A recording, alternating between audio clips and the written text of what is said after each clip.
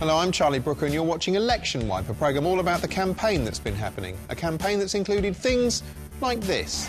The news has been calling it the most unpredictable election in decades. This election could be one of the most unpredictable in one of the most unpredictable elections. Entirely unpredictable. The most unpredictable election. Unpredictable. This is the most unpredictable election. I knew they were going to say that. In a tight contest, politicians have been targeting specific groups. Cameron went after the Sikhs while Miliband courted the Hindus. But there was an awkward moment when Cameron forgot which football team he's claimed to support since childhood and was Aston Villa-fied. Of course, I'd rather you supported West Ham. And grave scenes for Miliband as a photo op turned into a literally monumental PR gaffe. With many predicting a hung parliament, Nick Clegg prepares to fulfil a vital role as a tough pub quiz question of the future. And biased BBC lackey Evan Davis subjected Nigel Farage to needlessly tough questions. Did you see the Paddington Bear movie last year? No. The election is incredibly close. In fact, it's tomorrow morning. But we start here. The 2015 general election campaign has lasted about a month, although it feels far longer. If you could vote to make it stop, you probably would. Actually, that's sort of what's going to happen. Before the campaign had even begun, all eyes were on Prime Minister David Cameron, who'd said this would be his last election. And things were already fractious. Critics accused him of being a chicken who was trying to avoid a live TV debate with a man he'd spent 5 years debating on live TV. Of course, Cameron's a dab hand at avoidance strategy thanks to his odd habit of abruptly walking out of shot before reporters can ask any questions he might not want to answer. Right now, the key thing is getting everything done that we can in the next few hours to protect as many homes and communities as possible. Once the army's gone... Okay. Thank you, Prime Minister. That was David Cameron there. But there was nowhere to run during Cameron versus Miliband, the battle for number 10, the desolation of Smaug, to give it its full title. Despite being billed as a kind of boxing match, the two men weren't actually going head-to-head. Instead, Cameron underwent a terrorising from establishment psychopath Jeremy Paxman, who opened with a characteristic ice maker. David Cameron, do you know how many food banks there were in this country when you came to power? Oh, good, it's a quiz. There were 66 when you came to power. There are now 421. Sounds bad, but on the plus side, Britain's abject desperation industry is booming. We changed the rules. The previous government didn't allow job centres to advertise the existence of food banks. They thought it would be bad PR. Yeah, they're not allowed to advertise nooses for much the same reason. Next, Silver Fox torture chamber Paxman cornered the PM on 0 hours contracts, and Cameron tried to wriggle out with a zero content answer. I'm saying there are 700,000 people on 0 hours contracts. Could you live on one? No, look, as I said, Could some you live people... on one? Well, I want to create a country where more people have the opportunity of the full-time work that they want. Could you live on a 0 hours contract? Well, look, that's not the question. The question is... Well, it's the question I'm asking. Well, And Paxman won't settle for that. No, he'll smack you around the chops with an anecdote. A colleague of mine this morning spoke to a man in the northeast, Patrick. He walks 4 hours to and from work. When he gets there, he doesn't know whether he's on for 1 hour or 2 hours, or if he's lucky, longer, and then he has to walk home again. To be fair, he does work as a shoe tester. Once Cameron was dispensed with, it was the turn of Play-Doh IT manager and Labour leader Ed Miliband. The general sense of anticipation for Miliband couldn't have been much lower. In fact, provided he didn't weep or defecate live on air, he'd be doing better than expected. To date, the most inspiring public appearance Miliband had ever made was this one earlier this year, where he was applauded for saying, Oh,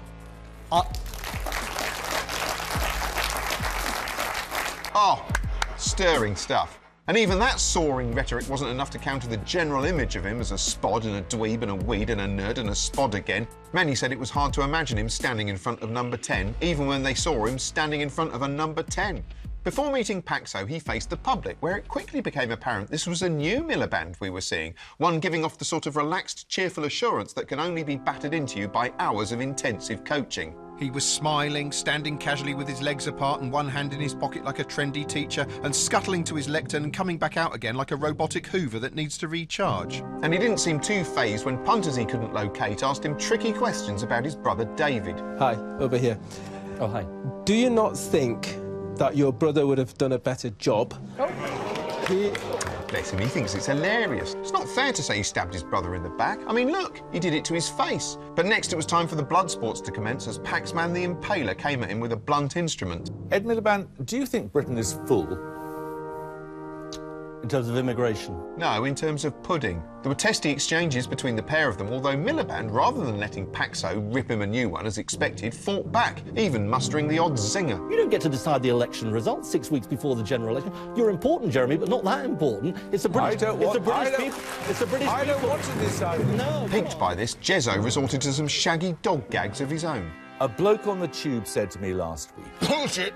Ed Miliband goes into a room with Vladimir Putin. The door is closed. 2 minutes later, the door is opened again, and Vladimir Putin is standing there smiling, and Ed Miliband is all over the floor in pieces. That'd never happen. Vladimir Putin can't smile. You understand what the point is here? The point is people think you're just not tough enough. Well, let me tell you, right? Let me tell you. OK. Come on. Let me tell you. Oh, it's all right, Ed. They're not laughing at you. They're just laughing over you. Quick, knock 'em dead with a soundbite. Am I tough enough? Tough enough? Hell yes, I'm tough enough. Oh, God, I think I just ruptured my cringing pipes. Worse was to come, and as Miliband kept fighting his corner, Paxman readied the death blow. Newspapers can write what they like. The bloke on the tube can say what he likes. I don't care, because I care about the British people and what happens to them. The thing is, they see you as a North London geek. They see you as a North London geek. Wait a minute, how did we get here? Surely the relationship between politicians and TV wasn't always this overtly hostile, was it? Answer, no.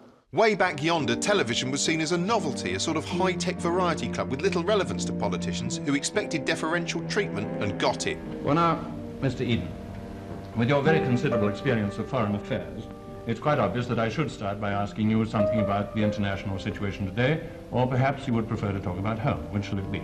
But this cosy relationship changed when the launch of ITV heralded ITN News, which ripped up the establishment rulebook on political reporting and made a star of the abrasive Robin Day. Will you please get out of the way of my camera? In 1958, Day interviewed Prime Minister and footballer Harold Macmillan and asked him a question which seems mild by today's standards, but at the time was seen as outrageous. How do you feel, Prime Minister, about criticism which has been made in the last few days, in Conservative newspapers particularly, of Mr. Selwyn Lloyd, the Foreign Secretary? It caused an outcry but set the tone for less deferential times to come. In the 1960s, the Profumo scandal tarnished the public view of politicians, and the concurrent TV satire boom made them wider targets for mockery. The power balance between TV and politicians was shifting, and some political figures seemed openly affronted by the change in tone. Try and turn it into a party issue is really beyond belief contemptible. Do you feel that those who've spoken out, the bishops, the Times and so on, have tried to turn it into a party issue? I think you have. Thank you, Lord Hill.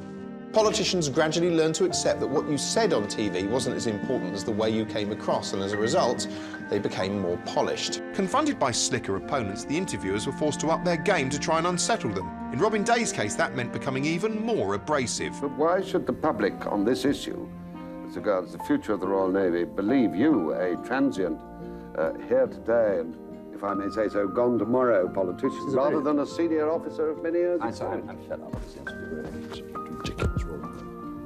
Well, thank you, Mr. Mott. And as interviewers got more aggressive, politicians got more evasive. I was entitled to be consulted. Did you threaten to overrule I him? was not entitled to instruct Derek Lewis. And Did the you truth threaten of to overrule him? The truth of the matter is that I did threaten not to overrule him? I did not overrule Derek Did Lewis. you threaten to overrule him? I took advice. As the two frustrated sides repeatedly locked horns, the relationship grew ever more competitive and sour. What on earth are you talking about? Do you want to address the question or not? Let me finish. You called me an attack dog because I've got a Glasgow accent, and I find It's nothing that to do with having a Glasgow accent. Well, who's mentioned anything about a Glasgow accent? Jeremy, can we get on to the substance? Yes, if you stop insulting people. Eventually, almost all political interviews came to resemble two people trapped in a loveless marriage bickering on their way home from a shit dinner party. I'm fed up with you telling me what I think. I don't care what you're fed up with. I don't care what you're fed up with. And this year's election coverage hasn't been any less frosty. In the real world, Andrew, where I live, okay, unlike where you live and many other people... You've no idea where I live. Just answer the question. In the real world where I live... London geek. And that brings us back to where we were. London geek. They see you as a North London geek. Who cares? Of course, MPs are used to getting a rough ride on TV, which they also will, incidentally, throughout this show, because for the sake of even-handedness, I've got to be horrible about all of them. So if I call David Cameron a boob, I have to call Ed Miliband a boob, and Nick Clegg a boob, and Nigel Farage a boob, and Natalie Bennett a boob, and Nicola Sturgeon a boob, and Leanne Wood a boob, and this kitten a boob, and myself a boob, even though I'm a prick. That's how balance works. Meanwhile, the contenders had begun heaping insults on each other as an emboldened Miliband launched the Labour campaign and took the opportunity to lay into Cameron. What did we see last night? We saw a rattled Prime Minister running from his record. Yes, and round that ragged record, the rattled rascal ran. Faced with this cockier Miliband, Cameron responded by striking a statesmanlike pose as Parliament was dissolved. I've just had an audience with Her Majesty the Queen. Yeah, well, I've just had a Twix, so who's the f***ing winner here?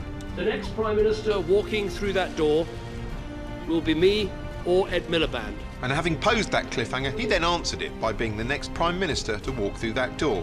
So far, the focus had been on Cameron and Miliband, but we no longer live in a two-party system, or a three-party system, or even a system.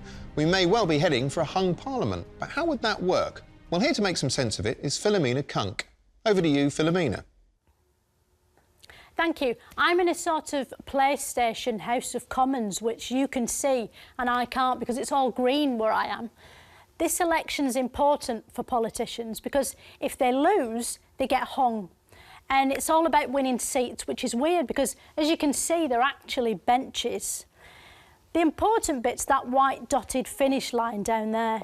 Basically, when the votes come in, they sit in rows like a school photo until there's enough of them to go over that line. So if the Tories do brilliantly or breed and make loads of new blue flavour MPs, it might look like this. See, the benches are filling up with blue stuff like a tenner lady pad.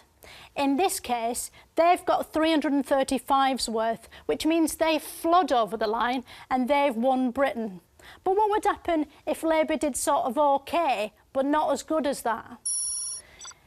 See, that's not enough to get them over the winning line, and apparently they're not allowed to just shuffle along, sort of spacing their bums apart along the benches so they are over the line. Instead, they have to borrow MPs off other parties. So, say they nicked 25 Liberal Democrats. That's something, but not enough. So they might have to get some SNP people in, like they've promised they definitely won't. And that does take them over the line, and the SNP and Lib Dem colours are so similar, they'd probably get on.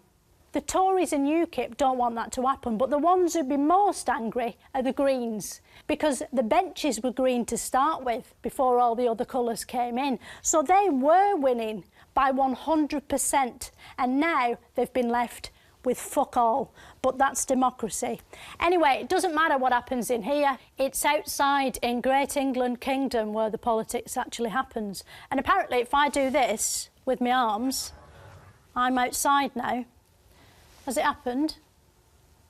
Has it happened yet? Has it happened? Has it? OK. Just nod next time.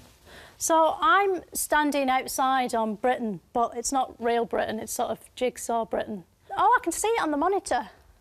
It's like being Godzilla or that illegal weatherman. Actually, I don't want to fall over the edge, I'll just take a few steps forward. Anyway, what happens next is some column tower things come up out of the ground, which is exactly what happened in the 2010 election. These columns aren't really there, although it looks like they are there because I've walked behind them. So this is basically like the Matrix. It's mental. And there's also this one, which is more sort of glassy and fragile and has numbers everywhere. And as you can see, there's literally no point trying to make any sense of it. It's that complicated. Anyway, that's all with the graphics. So it's back to you, Mr. Brooker, if you can hear me from wherever you are. Thank you, Philomena. Well, as you can see, it's quite complex. So to help you make up your mind, there were some multi-party debates. Sorry. 7 party leaders go face-to-face, live in the ITV Leaders Debate. The 7-way ITV mega debate was essentially a colourful reboot of Borgen, presided over by Julie Etchingham dressed in the style of someone about to extol the virtues of Oral-B Pro Enamel. All the familiar suspects were present: Eddie Milbank, Sealeg, Admiral Akbar and Davcam 2000, situated near the exit in case he felt the urge to abruptly walk out of shot as per usual. But there were also 3 comparatively new faces, female faces, that belonged to women. One such woman was Natalie Bennett, all the way from Sydney, representing the Green Party. Not sure how she got here from Australia. I hope she f***ing walked. We know we must take real action on climate change, the biggest threat facing us all. Other parties trade in fear. Fear of immigrants, demonising people on benefits. To be fair, you just told me to be scared of weather. Then there was Leanne Wood from Plaid Cymru. Prior to the debate, as Channel 4 News ably demonstrated, Leanne Wood wasn't very well known, even amongst the population of the Welsh town of Bangor. Do you know who that is? I haven't got a clue. I haven't got a clue. No. An actress? But now, here she was on primetime TV, her specialist subject mentioning Wales. Plaid Cymru can win for Wales, but we can only do that with your support. I'm asking you to support Plaid Cymru, the Party of Wales, to make our communities in Wales as strong as they can be. In Wales? Please support Plaid Cymru to make Plaid Cymru Wales's voice in Westminster. And Wales. Finally, there was the SNP's nice mum from a Sensible Biscuit commercial, Nicola Sturgeon, a woman trapped in a forced marriage she temporarily has to pretend is tolerable. My message to people watching in England, Wales and Northern Ireland is one of friendship. The sort of friendship you treasure so much you want to annul it. Many remarked that the format resembled a game show, but it actually felt like 7 game shows all happening at once, specifically Total Wipeout, Pointless, Blankety Blank, Robot Wars, Are You Smarter Than a 10-Year-Old, The Great British Breakup and The Immigration Game. The debate certainly helped potential voters make up their minds by providing a much-needed platform in which differing political views could be aired clearly and coherently and all at the same time. No immigration. I want to come back on that. Choice. It's the second time. Thank you, Nigel Farage. Thank you, It's the David second Cameron. time in this debate. Can I answer the Syria question? I want to come back to that. Thank you, David Cameron. Well, that settles it. One person who made a splash was Nigel Farage. One of the best bits was when Nigel Fridge pointed out how much it costs when foreign people come over here with HIV smuggled inside them. There are 7,000 diagnoses in this country every year for people who are HIV positive, which is not a good place for any of them to be, I know. But 60% of them are not British nationals. It got a sort of negative response, but I don't think he went far enough. I mean, foreign HIV people are expensive, but I bet asylum seekers with cancer cost even more, the bastards. And that Pakistani schoolgirl who got shot in the head by the Taliban, shitload of surgery she got out of us. How much did that cost? She didn't even offer to pay it back.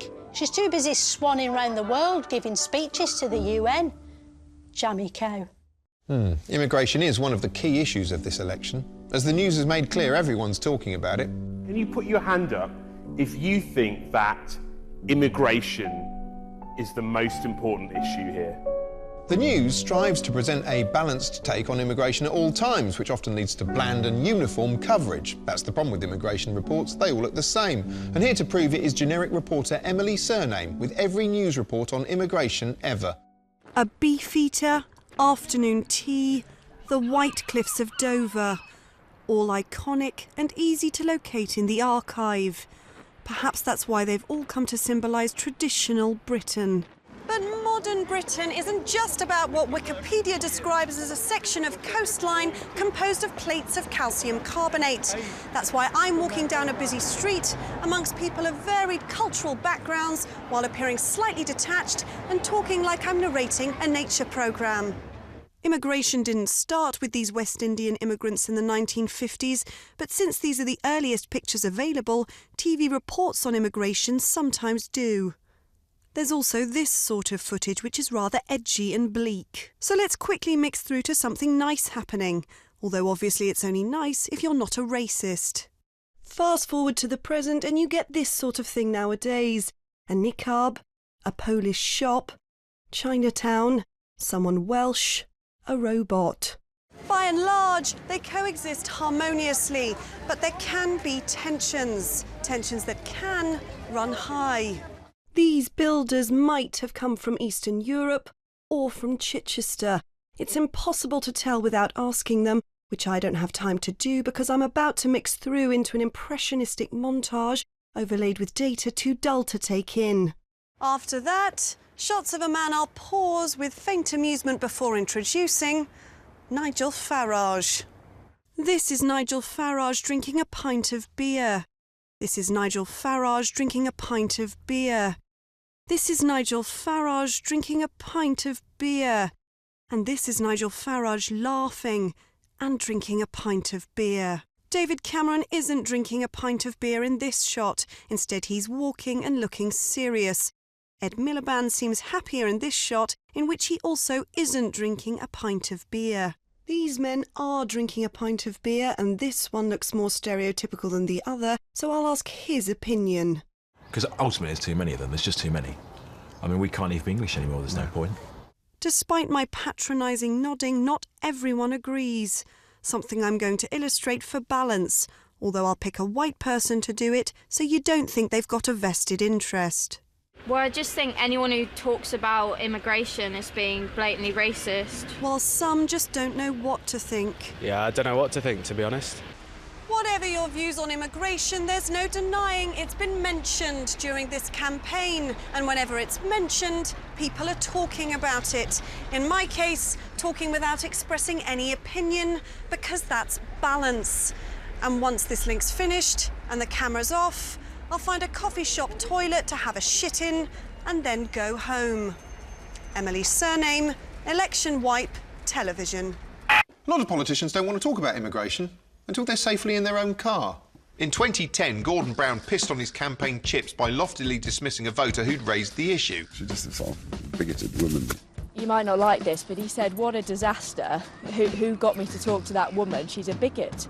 Or words to that effect. And we want to know your response to that. You're joking. Well, you think that was bad? He even did a Saki Zieg Heil as he got in his car. One politician determined to confront the issue is Nigel Farage, seen here failing to notice the TARDIS materialising in front of him. Farage has succeeded in placing immigration at the forefront of the national conversation, partly by mentioning it at every possible opportunity, like the time he said he'd been late for an event because the M4 was jammed with immigrants. Well, it took me 6 hours and 15 minutes in the car to get here. It should have taken 3.5 to 4. That has nothing to do with professionalism. What it does have to do with is a country in which the population is going through the roof, chiefly because of open-door immigration and the fact the M4 is not as navigable as it used to be. UKIP have won over many voters who feel other parties pussyfoot around immigration thanks to political correctness. Although, of course, one drawback with unapologetically tackling that sort of topic is you're often called upon to apologise. Somewhere, somehow, somebody in UKIP has made a very major error. This is our fault. It's the party's fault. Hands up. If I gave the impression in that interview that I was discriminating against Romanians, then I apologise certainly for that. UKIP leader Nigel Farage apologises in person to the Thai woman described as a ting-tong by one of his MEPs. But, you know, mega apologies.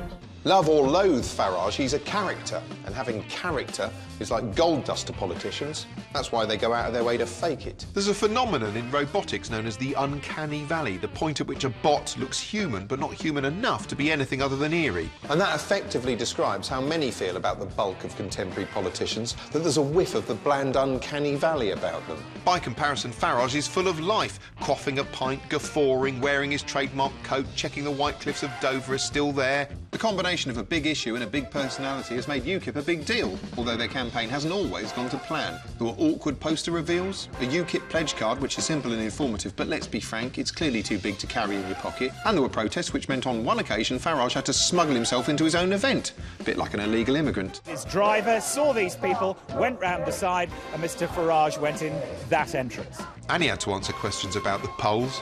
But you know something? I'm not sure I take these polls very seriously. They're all over the shop. Yeah, but they don't call it a shop, they call it a Polski sklep. Throughout this campaign, there was talk of a sturgeon surge, turning the SNP leader into a sort of tartan Kardashian, posing for so many selfies she must have appeared on more phones than Doodle Jump. You remember Doodle Jump? This was good news for the SNP and anyone with a warehouse full of spare I Agree with Nick merchandise that had been knocking around since 2010, which could be easily updated with a minimum of effort. Yes, last time we had a general election, Nick Clegg was Nicola Sturgeon, so to speak. Back then he seemed different, refreshing, one of us, not one of them.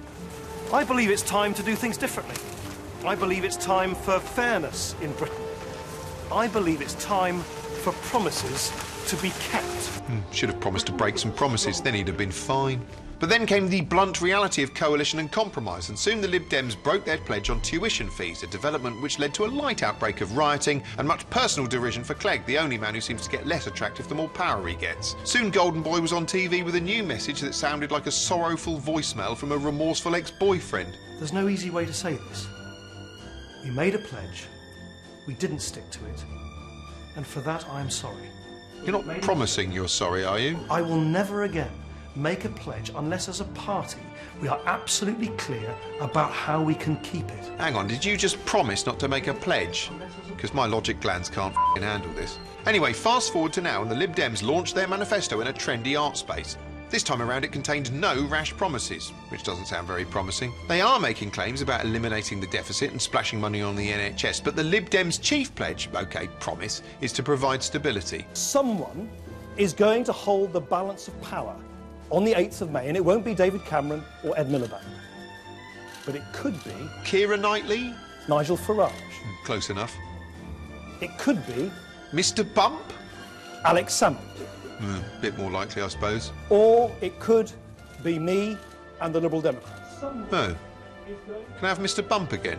What the Lib Dems are chiefly offering is a chance to temper the other party's extremes. There'll be the blob of sour cream that cools the hot chilli, the spoonful of sugar that helps the medicine go down, the lube on the broom handle. Every Liberal Democrat MP makes Labour's reckless borrowing less likely. Every Liberal Democrat MP makes George Osborne's ideological cuts less likely. No likey, no likely. The Liberal Democrats will add a heart to a Conservative government and a brain to a Labour one. And a prick to either of them. The question really is whether voters will think the Lib Dem pledge to counter extremity is a tepid offer or a shrewd and useful one given the uncertain game of political pinball we're facing. And of course it depends on whether some voters can overcome their bitterness with Clegg himself. I'm a university lecturer. I've lost a lot of good students thanks to Nick Clegg. Maybe burns in hell, personally. I think you'll find as a Liberal Democrat he'll actually make hell less hot. Speaking of hot, smouldering Ed Miliband was busy drawing battle lines by announcing a clampdown on non-DOMs. The next Labour government will abolish the non-DOM rule. Of course, one danger of clamping down on ultra-rich non-DOMs is the country might lose money if some of them go and live abroad like they're already pretending to. By highlighting non-DOMs, Miliband was trying to paint the Conservatives as a party of privileged elitists, something he probably learned to do while growing up in Primrose Hill, or Oxford University, or the London School of Economics, or Harvard, or the Treasury. But while Labour wanted to discuss the mega-rich, the Tories were fixated on mega-death in the form of the Trident nuclear programme. Trident apparently helps keep Britain safe in the way only a terrifying arsenal of devastating nuclear warheads that could be fired in anger or error at a moment's notice can. It's kept up in Scotland because that's closer to Moscow than London is, so if we had to nuke Russia, the missiles would have less distance to fly, which is good for the environment. I'm surprised the Greens are against it. The SNP are also against renewing Trident. They'd prefer to spend the money on something more useful, like a giant white flag. Labour want to keep Trident, but the Tories said Ed couldn't be trusted with it. We've already seen with Mr Miliband that he'll do anything to get into power. We saw that when he fought his own brother for the leadership. Still, a contradictory picture of Miliband was emerging from his critics. On the one hand, he was a nerdy weakling. On the other, a backstabbing ladies' man. I haven't found a villain this hard to understand since Bane from The Dark Knight Rises. But a curious thing happened. Rather than wondering whether Miliband was fit to lead, people began wondering whether he was just fit. Yes, somehow he was blossoming into an unlikely sex symbol. I mean, he'd been used to women turning their backs on him, but now they were doing it because they wanted a selfie. And when fans weren't posing for Eddie Grams, they were photoshopping him into wank bank scenarios courtesy of the Millifandom. So at the very moment the Tories were saying, do you really want this man to have his finger on that all-important red button? Lots of women were saying, yeah.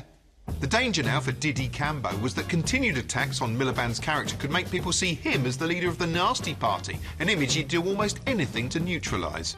Now, bizarrely, the Prime Minister said he's taken an Easter break from campaigning today to try his hand at suckling orphan baby lambs. Oh, that little face. Oh, I just want to nuzzle in there for a great big cuddle as soon as he puts down that revolting lamb.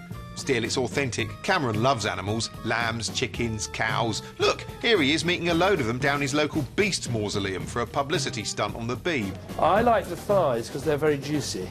You're talking about the chicken or the butcher? So is David your most famous customer? No, certainly not. There are plenty around here. Mr. Clarkson, I expect, pops in from time to time, doesn't he?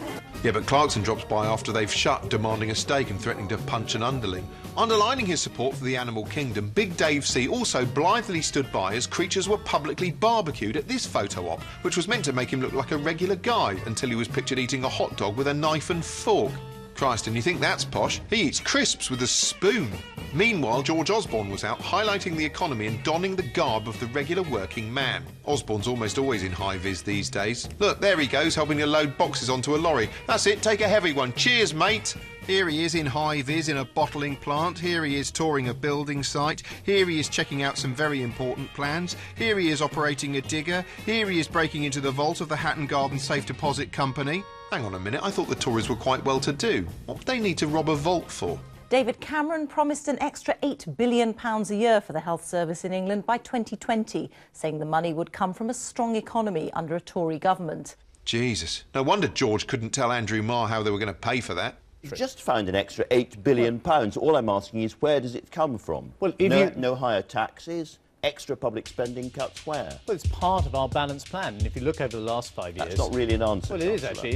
About halfway through the campaign came the most exciting bit, Manifesto Week. First, Labour showed us theirs.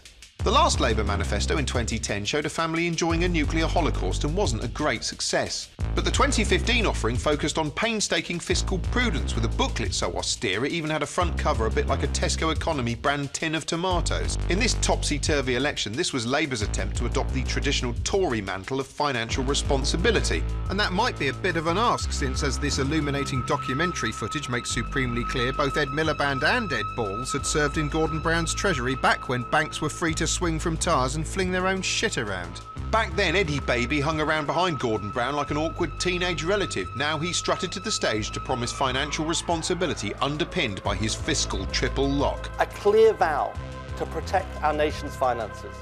A triple lock of responsibility. Actually, that triple lock phrase seems sort of familiar. Maybe he swiped it off David Cameron, who used it back in 2007. So we propose a new triple lock on stability. Typical Labour, always borrowing.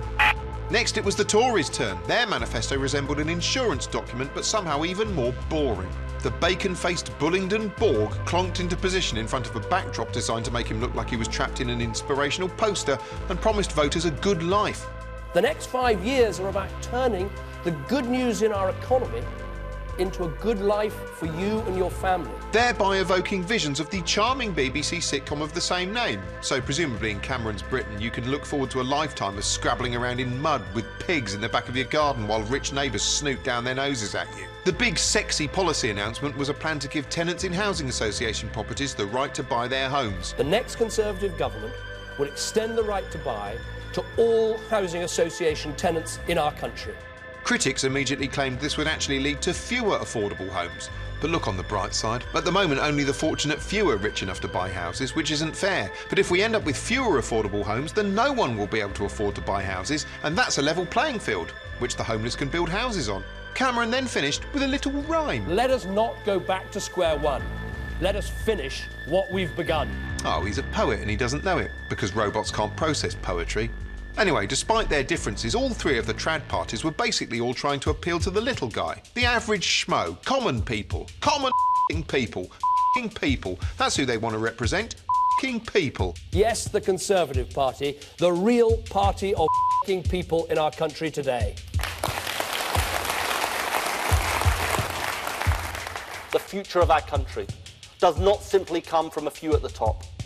It comes from every person in our country. We can say that we will cut taxes for millions of people because that's what we've done. Not when we only reward those with the six-figure bonuses, but when we reward the hard work of every person in our country. It means we can proudly say that this is the party of people, for millions of not just the party of but us, the party of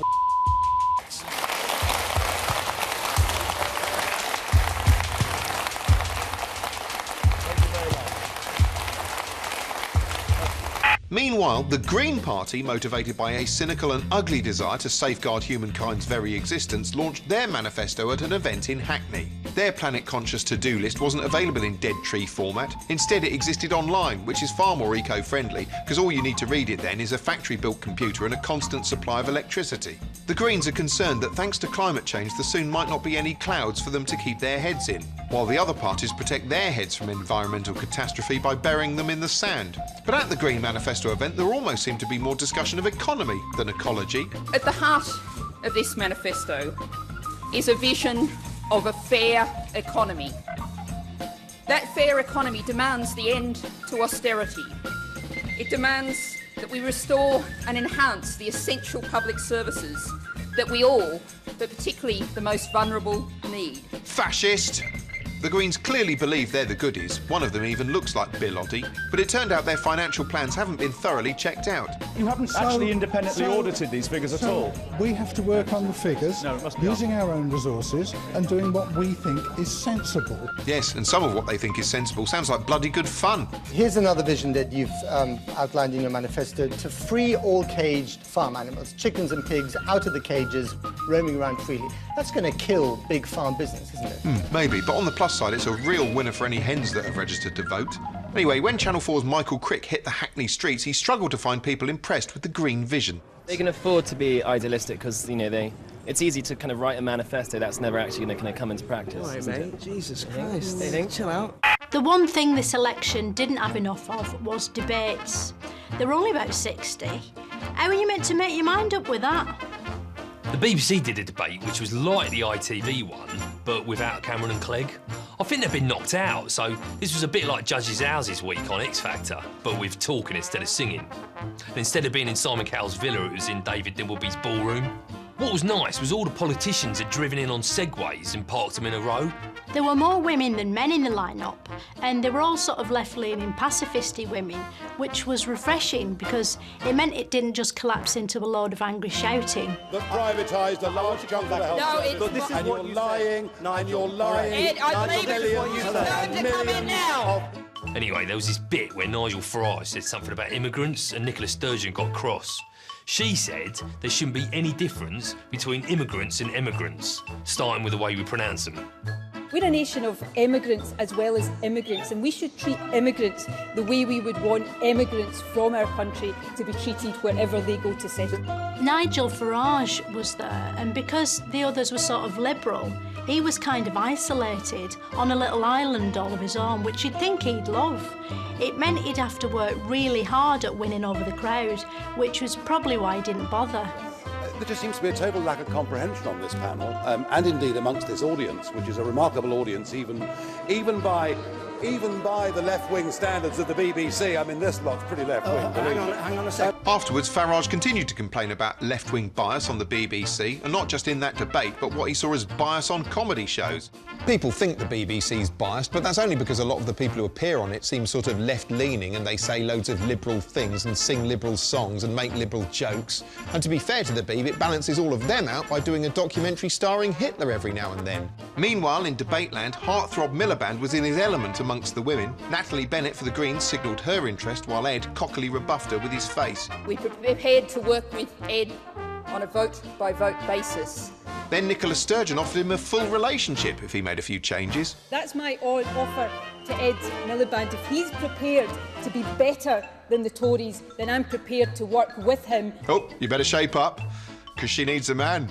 And her heart is set on... I've got fundamental disagreements with you, Nicola. Oh God, he's playing hard to get. Don't turn your back on that, Ed, and let David Cameron back into Downing Street. Oh no, Nicola, look, here's the situation. It's a bit like a rom-com, this, watching a couple bicker when you just know they're going to end up in bed together. Afterwards, the world was abuzz about potential romance betwixt Ed and Nicola. Everyone loves a will they, won't they story, and this was no exception. Lorraine Kelly asked Ed why he was being such a commitment phobe. Why have you ruled that out? Why do you keep saying we're not going to do it? We've got fundamental differences.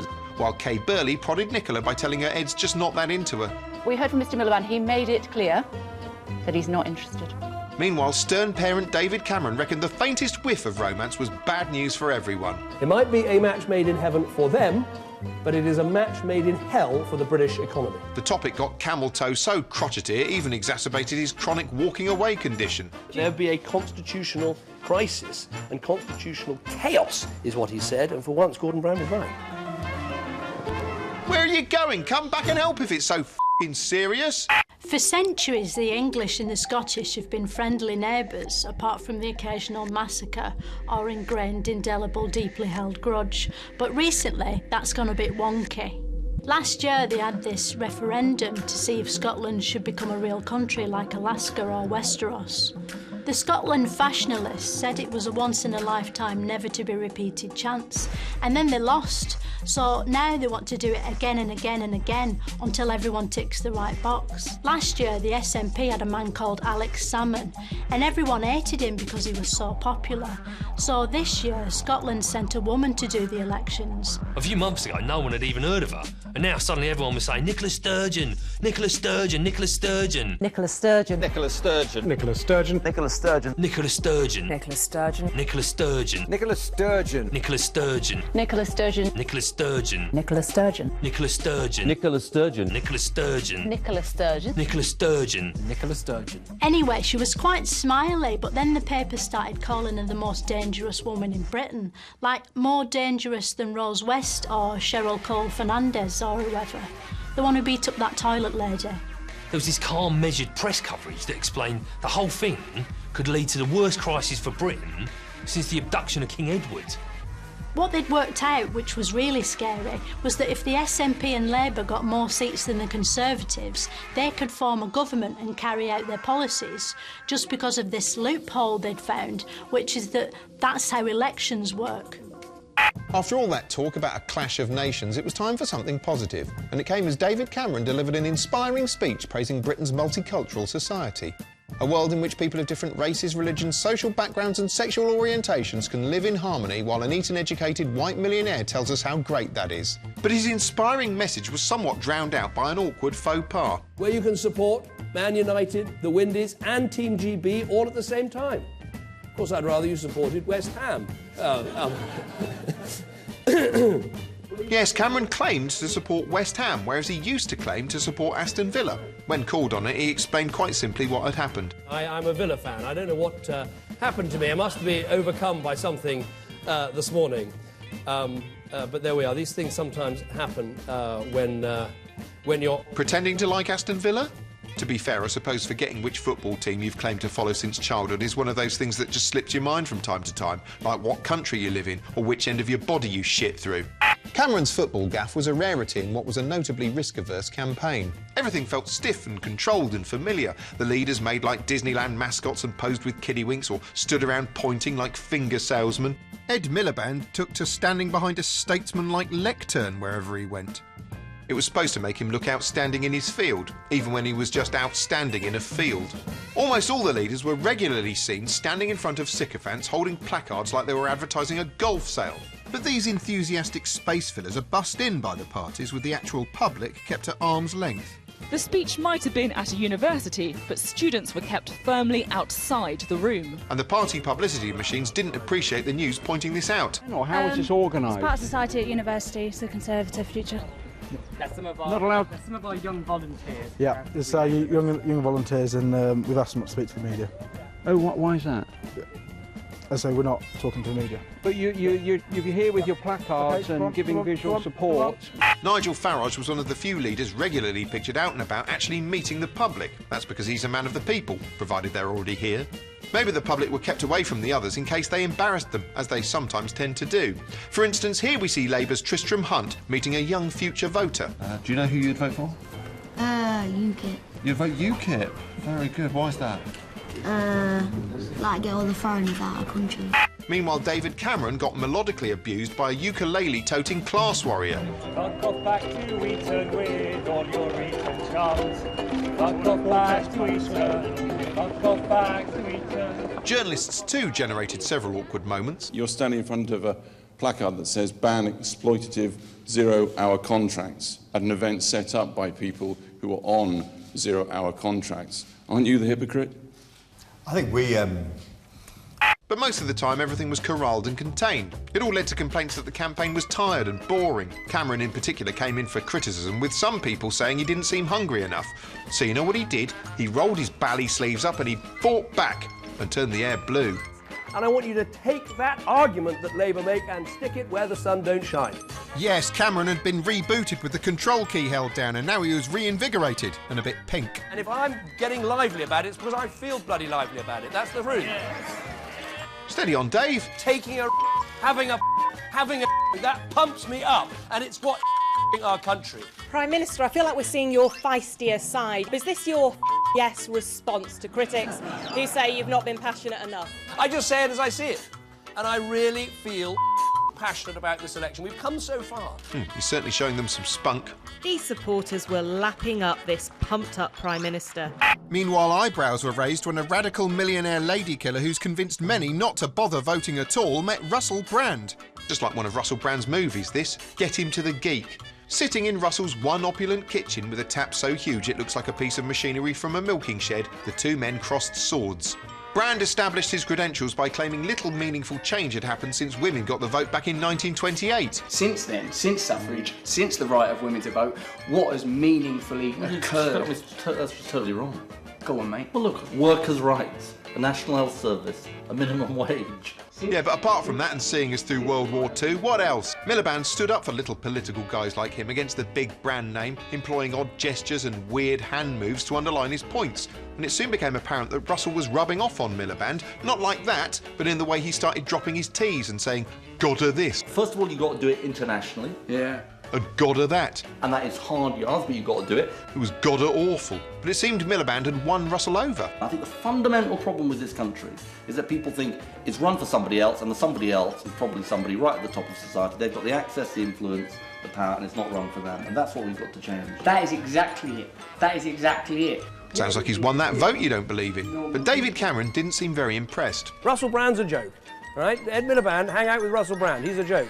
This is not funny. I haven't got time to hang out with Russell Brand. This is more important. These are real people. Yes, Campbell Plops doesn't have time to hang out with Russell Brand. He's busy fielding questions from real people, like the real people he met in this enlightening interview for Heat magazine. So, first up, there's a young man called Joey Essex. Hi, David. It's Joey Essex here. What are you saying? I just want to ask you a quick question. If you had to be an animal for the day, or for a lifetime, what would you be and why? Question mark. I think you ought to be something at the top of the food chain, I guess. What, like a human being? Dave also took questions from Alan Carr. What's your Dave? It's Alan Carr here. And Charlotte off Geordie Shore, who was having a shit. Oh, hi, Dave. Sorry you've caught us at a really awkward time. I'm just on the toilet. Oh, I'd give that question 10 minutes if I were you. Steph and Dom from Gogglebox. I love them. Hi. Hi there. Stephen Dom here from Gogglebox. And this is our question for the Prime Minister, David Cameron. Afterwards, Russell Brand made a glaring U-turn, endorsing first the Greens, then Labour, albeit a bit too late for any fans who'd torn up their voter registration cards for his approval. But what if everyone tore up their cards and nobody voted for anyone? What would that look like?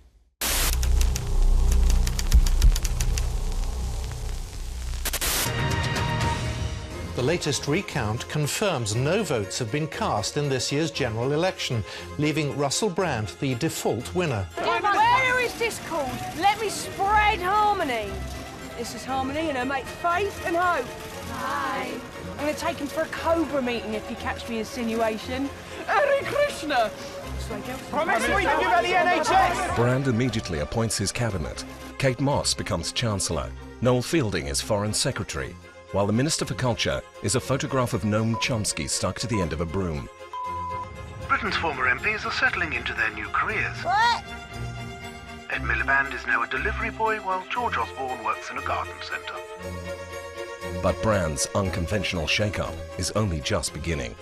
Prime Minister Brand today closed the London Stock Exchange and abolished money. We're no longer mentally caged by these capitalist sick notes, these illusory IOUs, these paper shits.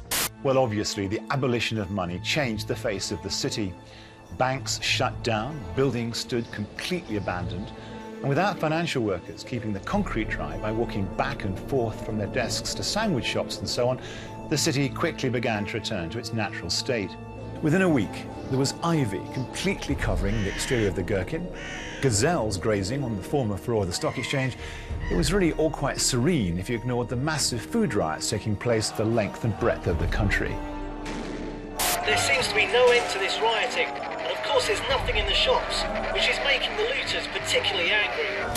As Britain burns, Prime Minister Brand is otherwise engaged doing a press junket for Get Him to the Greek too. An odyssey, if you will. No, Britain's on fire. What's that, mate?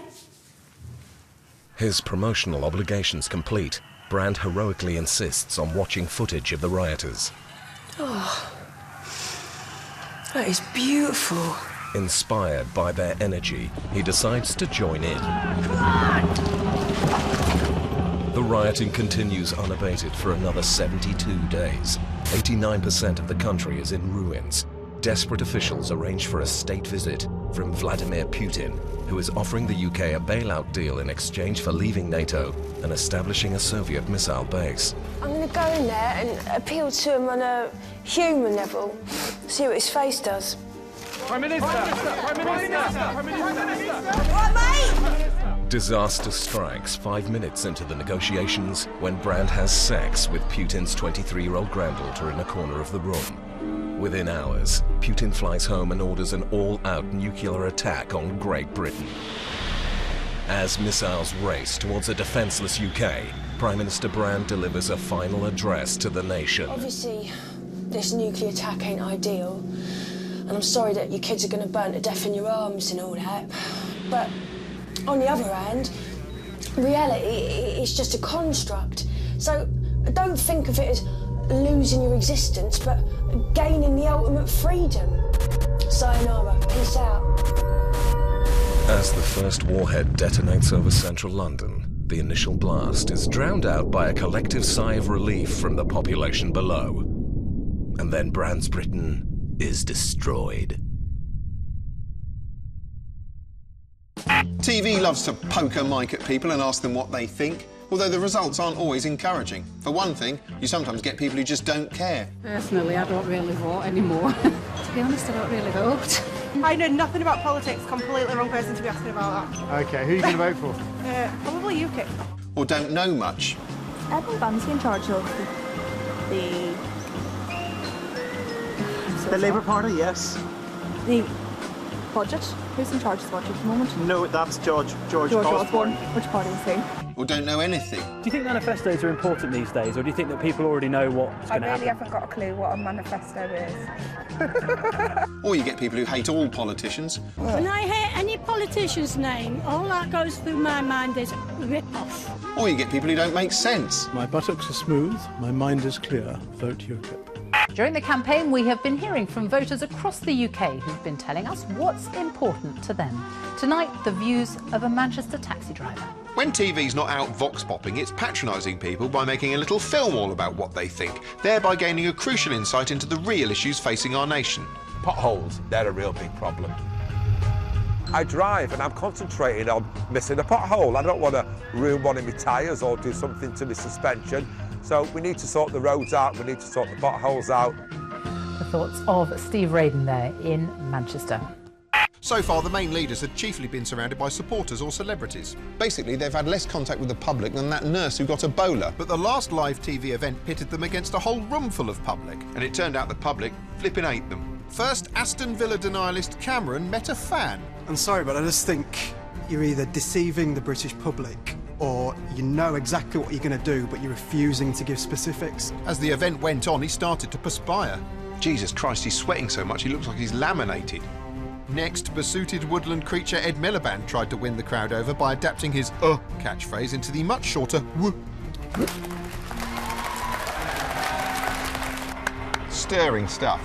Under sustained hostile questioning, he gave this provocative answer. Do you accept that when Labour was last in power, it overspent? No, I don't. And I know you may not agree with that. Still, at least it couldn't get any worse, until it did. And finally, Nick Clegg took the biggest faceful since your mum. Wondered if you've got plans for a new job after next week when you become unemployed and your party becomes an irrelevance. Charming. No, I don't. Democracy is clearly all the rage right now, but what is democracy anyway? Well, here to examine it is Philomena Kunk with one of her moments of wonder.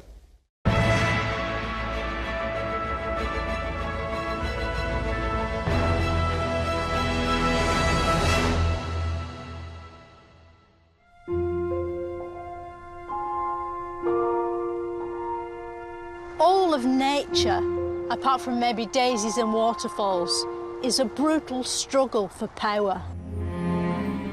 These horse monster things are using their wooden headsticks in a primal battle to decide which of them should be in charge. The winner will become king of the herd. The other will probably have to leave and find work as a different sort of animal. Unlike animals, we don't have to fight to decide who's in charge. Instead, we do a vote that would be pointless without something called democracy. Democracy was invented in ancient Greece by the ancient Greeks, probably after a vote. It's hard to imagine that this was the beginning of democracy. So to help you imagine, we've got 2 actors in expensive costumes and some other people in trainers and sheets slightly out of focus. Just like other Greek inventions like thick yoghurt, sodomy and triangles, democracy has taken the world by storm. Someone who didn't agree with democracy was Adolf Hitler. Hitler didn't have much to do with democracy at all, but people do like watching documentaries about Hitler, so we've put him in, which is democratic, which he'd hate. British democracy began in Knights in Armour times here at Runnymede, which sounds worse than it is. Britain used to be ruled by a king or queen, just like now, except back then they were treated like a god, rather than a slightly better version of someone off Made in Chelsea. Royal behaviour was total shithouse, until eventually the people rose up and made King John sign the Magna Carta. According to Google Translate, Magna Carta is Latin for cardboard volcano. It was a sort of contract that granted everyone in Britain a democratic voice. Soon, Britain had its own parliament, which could stop the king doing what he wanted by a simple process of cutting his head off. Parliament remains here to this day, in one of the world's most iconic buildings, Big Ben House. To find out more about democracy, I've got an expert here with me. Hello, who are you? I'm Robert Hazel, and I'm Professor of Government and the Constitution at University College London. What makes democracy a better way to pick a Prime Minister than just letting them take turns? I'm not sure how this alternative system would work, where you say, we let them take turns. Well, if like one does like Monday, Tuesday, Wednesday, and then another Thursday, Friday, Saturday. And suppose we were running a company. Would you allow any stranger to be in charge of it for Monday, Tuesday, Wednesday, and then a different person to be in charge Thursday, Friday, Saturday? That's not a sensible way to go about anything. What would happen if we voted to end democracy? How would we do that? Take a vote. And what would the vote say? I vote to end democracy. And what would we put in its place? Don't know. Well, it wouldn't be a very sensible thing to end one system of government without knowing what system of government you're going to replace it with. It's like saying, let's vote to leave our house without knowing where we're going to go and live next. No one's going to do that. I bet you're terrible to go on holiday with.